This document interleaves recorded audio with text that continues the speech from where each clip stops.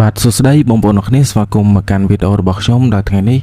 ខ្ញុំនឹងបង្ហាញបងប្អូនអ្នកគ្នាពីរបៀបនៃការដំឡើង version ទៅកាន់ iOS 18.5 អញ្ចឹងសម្រាប់បងប្អូនដែលចង់ឡើងទៅកាន់ iOS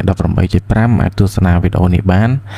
ហើយបើពេញចិត្តកុំភ្លេចចុច Subscribe ក៏ដូចជាដាក់រូបកណ្ដឹងម្នាក់មួយដើម្បីទទួលបាននៅវីដេអូថ្មីៗអញ្ចឹងហើយបើមានចម្ងល់អីអាច comment នៅខាងក្រោមវីដេអូខ្ញុំនឹងព្យាយាមឆ្លើយតបតាមដែលអាចធ្វើទៅបានណាបងប្អូនអ្នកគ្នាចឹងកុំឲ្យខាតពេលវេលាយូរយើងចូលទៅទស្សនាទាំងអស់គ្នាបងប្អូនចូលមកកាន់ setting ចឹងពេលដែលអ្នកទាំងអស់គ្នាចូលមកដល់កម្ម setting នឹងហើយបងប្អូនចូលមកកាន់ general ចឹងពេលដែលយើងចូលមកដល់ general ហើយគឺបងប្អូនអ្នកគ្នាចូលទៅកាន់ software update ចឹងពេលដែលយើងចូលមកដល់ software update យើងនឹងឃើញបែបនេះអញ្ចឹងផ្នែកនេះមានទំហំG តែដោយសារខ្ញុំបាន download រួចរាល់ហើយចឹងខ្ញុំធ្វើការតម្លើងជូនទៅកាន់បងប្អូនទាំងអស់គ្នាតែម្ដងបើសិនជាបងប្អូនអត់ទាន់ធ្វើការ download ទេគឺបងប្អូនធ្វើការ download សិនណាបងប្អូនទាំងអស់គ្នាទើបបញ្ចេញពាក្យថា install ណាហើយតើតើជាមួយនឹងការដំឡើងទៅបានគឺ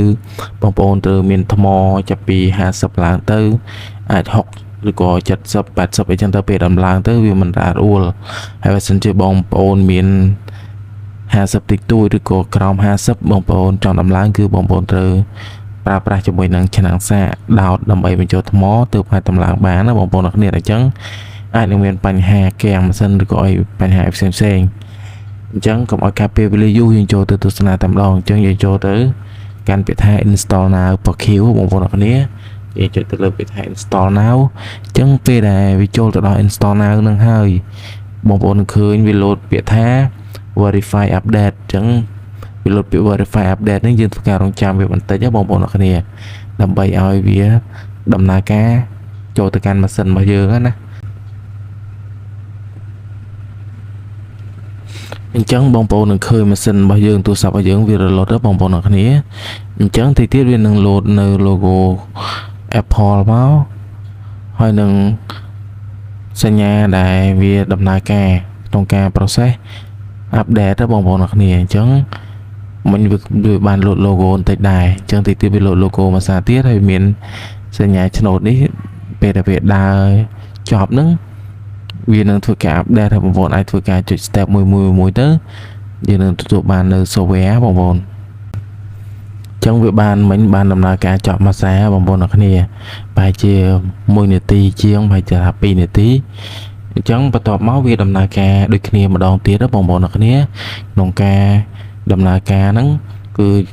មាន2ដងក្នុងការបងប្អូនធ្វើការដំឡើងហ្នឹងអញ្ចឹងបន្ទាប់ពីយើងធ្វើការដំណើរការ2ដងនឹងចប់ហើយ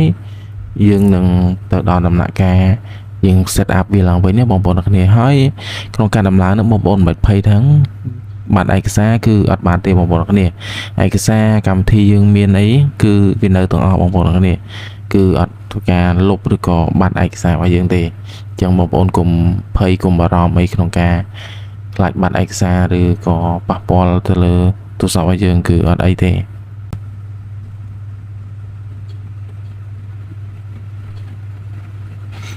ចឹងបងប្អូនអាចឃើញបន្ទាប់ពីយើងតម្លើងរួចរាល់តម្លើងចប់ហើយហ្នឹងគឺវាលោតចេញមក hello ដូចនេះលោតអេក្រង់របស់យើងដូចនេះអញ្ចឹងយើងធ្វើការបើកចូលទៅកាន់ទូរស័ព្ទរបស់យើងតែម្ដងខ្ញុំការអស់មកតបមកខ្ញុំធ្វើការវាយ password បើទូរស័ព្ទបងប្អូនអត់ password វាអត់ជាប់ទេឡើយបើទូរស័ព្ទខ្ញុំមាន password ខ្ញុំធ្វើការដោះ password ទៅបងប្អូនអរគ្នាវាយ password ទៅចូល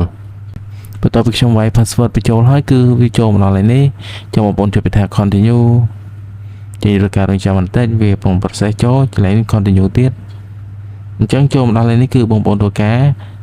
អស់ទាញទៅ home screen តែម្ដងអញ្ចឹងងាយស្រួលមែនតើបន្ទាប់មកបងប្អូនចូលទៅកាន់ setting បងប្អូនចូលទៅកាន់ general បងប្អូនចូលទៅកាន់ software update អញ្ចឹងបងប្អូនចាំបន្តិចបងប្អូននឹងទទួលបាន iOS 18.5 អញ្ចឹងជាចំនួនសាកល្បងទី1បងប្អូនអរគ្នាអញ្ចឹង